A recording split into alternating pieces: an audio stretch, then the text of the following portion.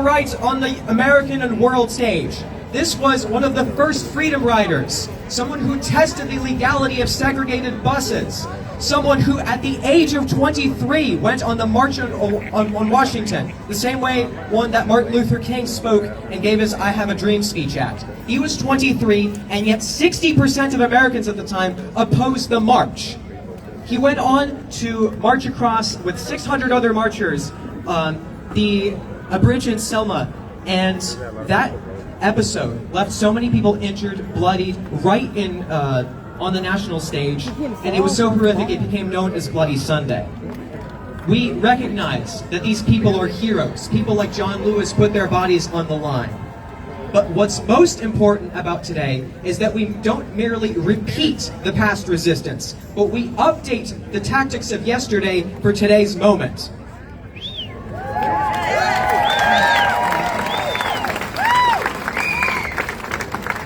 Because if you think about it, we think about what maybe used to work. We think maybe about the anti-Vietnam War protests. We think that the electoral system is exactly where we need to press. But as we're starting to see, our judiciary and our legislature are currently being steamrolled by Donald Trump in office. And so, what does this mean, especially for our youth?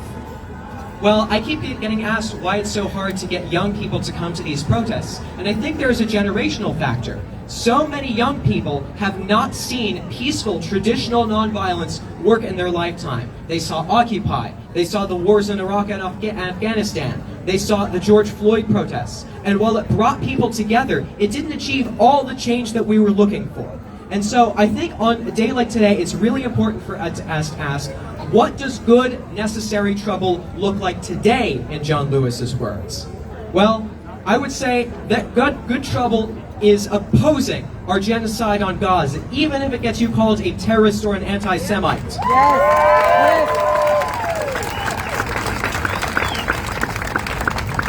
Good trouble is filming ISIS illegal detentions, both in our communities and at the courthouse just a few blocks away from here.